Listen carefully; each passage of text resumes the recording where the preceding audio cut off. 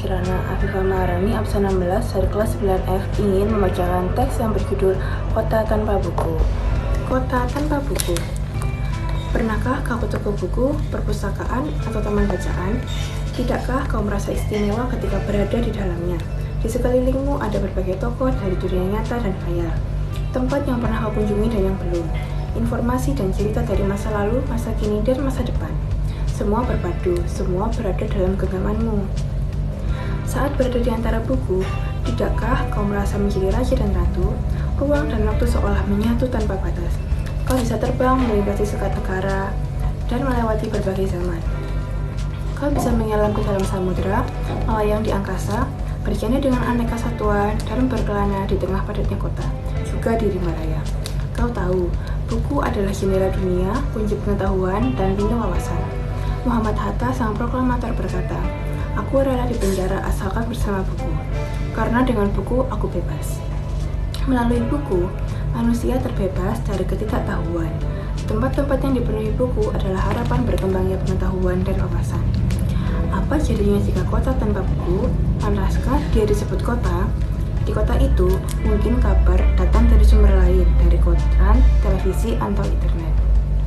Mungkin informasi dan cerita datang dari cipta nenek moyang, bagai-bagai dongeng sebelum tidur.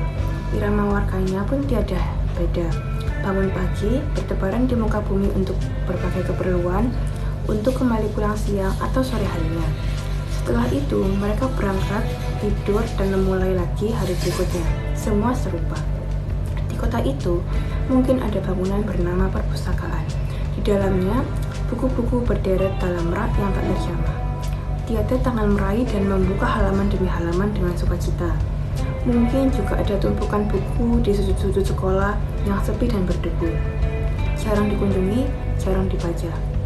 Buku-buku di sana seranggut tanpa nyawa. Bagaimana dengan kotamu? Mungkin kau tinggal di tengah kota yang megah, atau di gang sempit, di desa terpencil, di sisi pesisir, atau di kaki gunung. Adakah perpustakaan, taman bacaan, atau toko buku di dekat rumahmu? Jika ada, apakah tempat itu menjadi wadah berkumpulnya anak-anak dan warga? Menjadi pusat berkembangnya wawasan dan pengetahuan, atau hanya menjadi pajangan? Maukah kau menjadi orang yang menghidupkannya? Kau bisa mengunjunginya dan mengajak teman-teman membaca dan berbagi cerita di sana. Jadikan tempat itu sumber kegembiraan dan pengetahuan. Jika tempat itu belum ada, maukah kau menjadi orang yang mulai menghadirkannya?